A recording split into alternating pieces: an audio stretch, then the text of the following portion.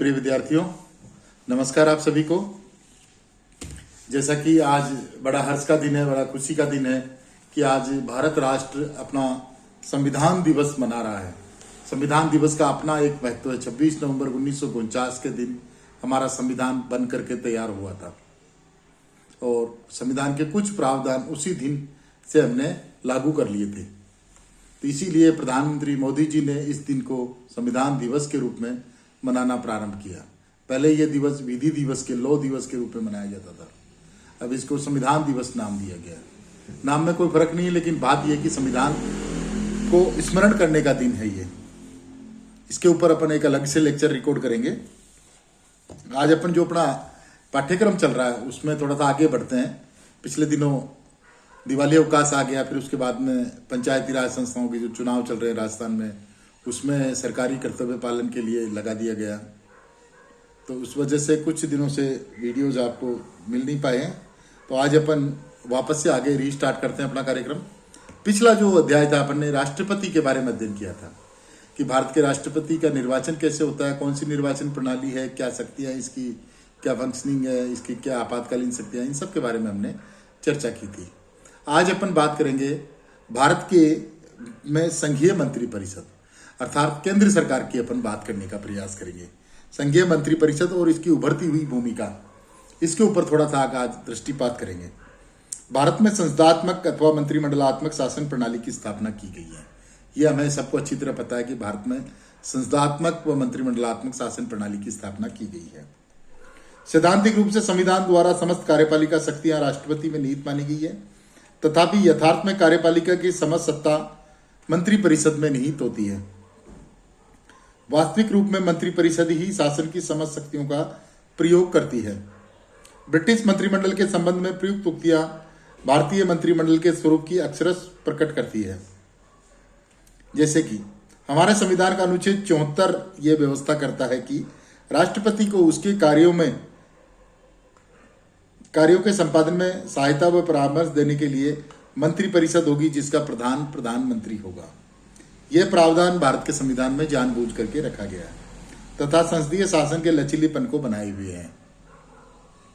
अन्यथा भारतीय संविधान के विगत व्यवहार से प्रकट होता है कि राष्ट्रपति स्वर्णिम शून्य है एवं मंत्रिमंडल सक्रिय कार्यपालिका है। देखिए, जब आपने बीए फर्स्ट ईयर के अंतर्गत संसदात्मक व अध्यक्षात्मक शासन व्यवस्थाओं का अध्ययन किया था, तो उसमें स्पष्टतः यह उल्लेख है, ये विशेषता है या इसका मूल है संसदीय शासन व्यवस्था का कि इसमें दोहरी कार्यपालिका होती है। एक नाममात्र की कार्यपालिका और एक वास्तविक कार्यपालिका।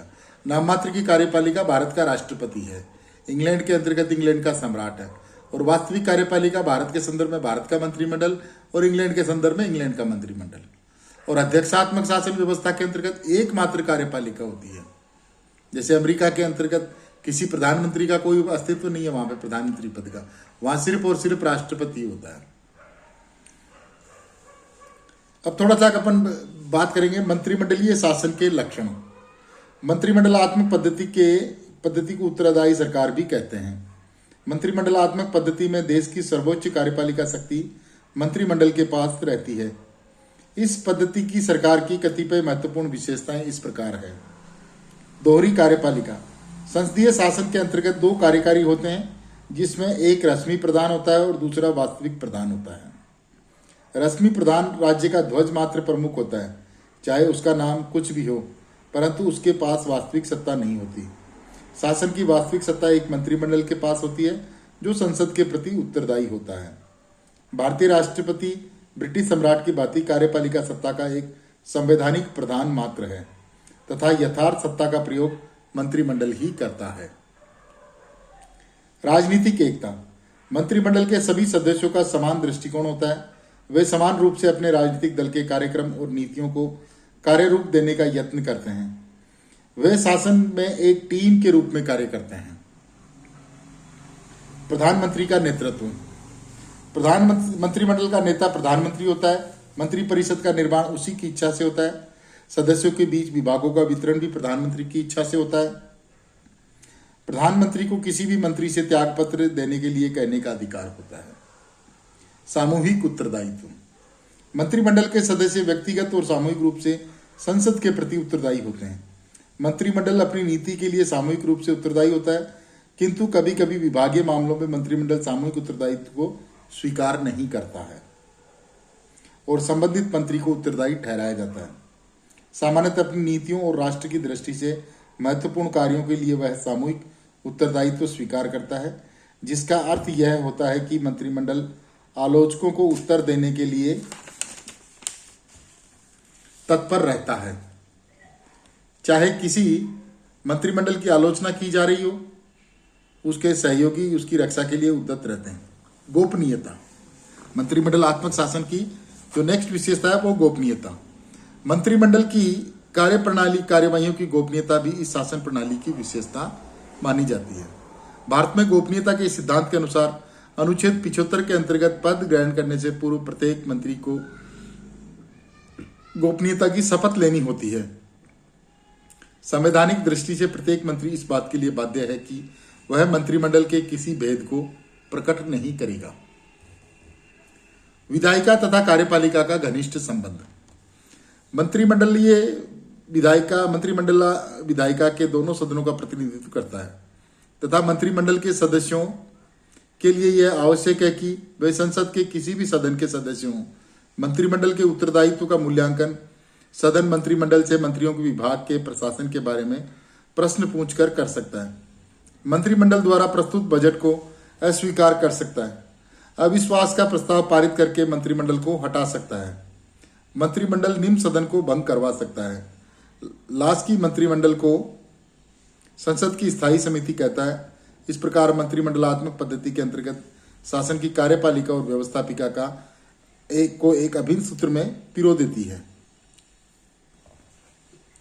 देखिए, हमने ये जो देखे हैं, ये 6 पॉइंट 7 पॉइंट जो भी देखे हैं अपन ने, ये देखिए मंत्रिमंडलीय शासन व्यवस्था की प्रमुख विशेषताएं या लक्षण इसमें अपने सामने आए। विधायिका और कार्यपालिका का घनिष्ठ संबंध, गोपनीयता, सामूहिक उत्तरदायित्व, प्रधानमंत्री का नेतृत्व, राजनीतिक एकता तथा दोहरी कार्यपालिका, ये कुछ प्रमुख लक्षण हैं जो मंत्रिमंडलीय शासन व्यवस्था के हैं। और ये समस्त लक्षण भारत की व्यवस्था और ब्रिटेन की व्यवस्था में अक्सरस पाए जाते हैं। राजनीतिक एकता, जैसे अमूमन जिस पार्टी की सरकार होती है, इस पार्टी का बहुमत संसद के निचले सदन, भारत के संदर्भ में लोकसभा, इंग्लैंड के संदर्भ में हाउस ऑफ कॉमन्स, जिस भी पार्टी की, इंग्लैंड के संदर्भ में लिबरल पार्टी या कंजर्वेटिव पार्टी, भारत के संदर्भ में एनडीए या यूपीए, जो भी जिस भी मतलब गठबंधन का या दल का बहुमत होगा उसी के बनाएंगे। विपक्ष वालों को तो मंत्री बनाएंगे नहीं। तो राजनीतिक एकता आती है इनके अंतर्गत। अब नेक्स्ट जो बात करेंगे अपन, formation of council of minister, मतलब मंत्रिमंडल का निर्माण।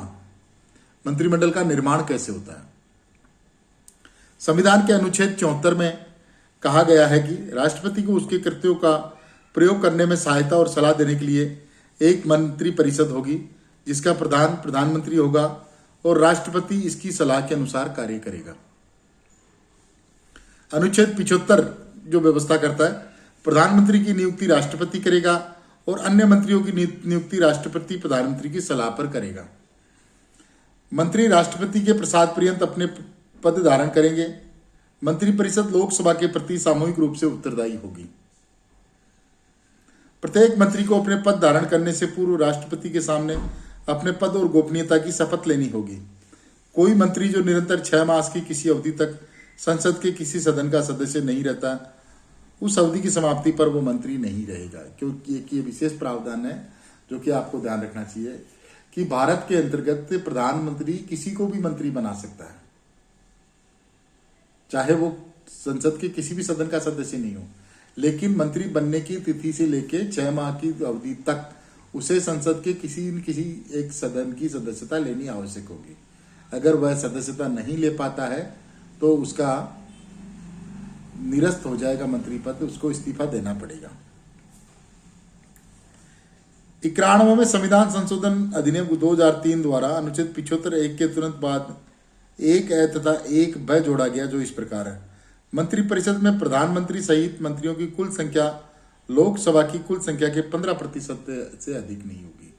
यह लेटेस्ट वर्जन है। देखिए आप 1991 में जो 2003 में जो संशोधन किया गया 91वां, उसमें यह प्रावधान किया गया कि 15% से ज्यादा लोकसभा की सदस्यता का मंत्रिमंडल नहीं होगा। यानी कि 545 का 15%, 15 5 75 और 45 का 7 52 मंत्री, प्रधानमंत्री सहित 82 की संख्या हमारे भारत में हो सकती है। यदि किसी भी राजनीतिक दल से संबंधित संसद के किसी भी सदन का सदस्य 10वीं अनुसूची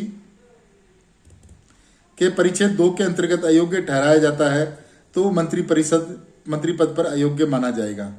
दल बदल करने वाला कोई भी सदस्य सदन की सदस्यता खोने के साथ साथ अगली बार चुनाव जीतने अथवा सदन का शेष कार्यकाल तक जो भी पहले हो मंत्री पद या कोई अन्य लाभ का पद धारण नहीं करेगा। ये कुछ विशेष प्रावधान किए गए थे 92 में अनुच्छेद के द्वारा, 91 में संशोधन के द्वारा। तो इनको हमें थोड़ा सा नज़र में रखना चाहिए कि क्या क्या व्यवस्थाएं हैं। जैसे कि सबसे इम्पोर्टेंट तो ये है कि 15% जो मंत्रिमंडल के सदस्यों की संख्या होती है वो किस अनुच्छेद के द्वारा आई, तो आप स्पष्ट बताइए। 91 अनुच्छेद के द्वारा। इसी तरीके से इसको आगे कंटिन्यू रखेंगे। Thank you.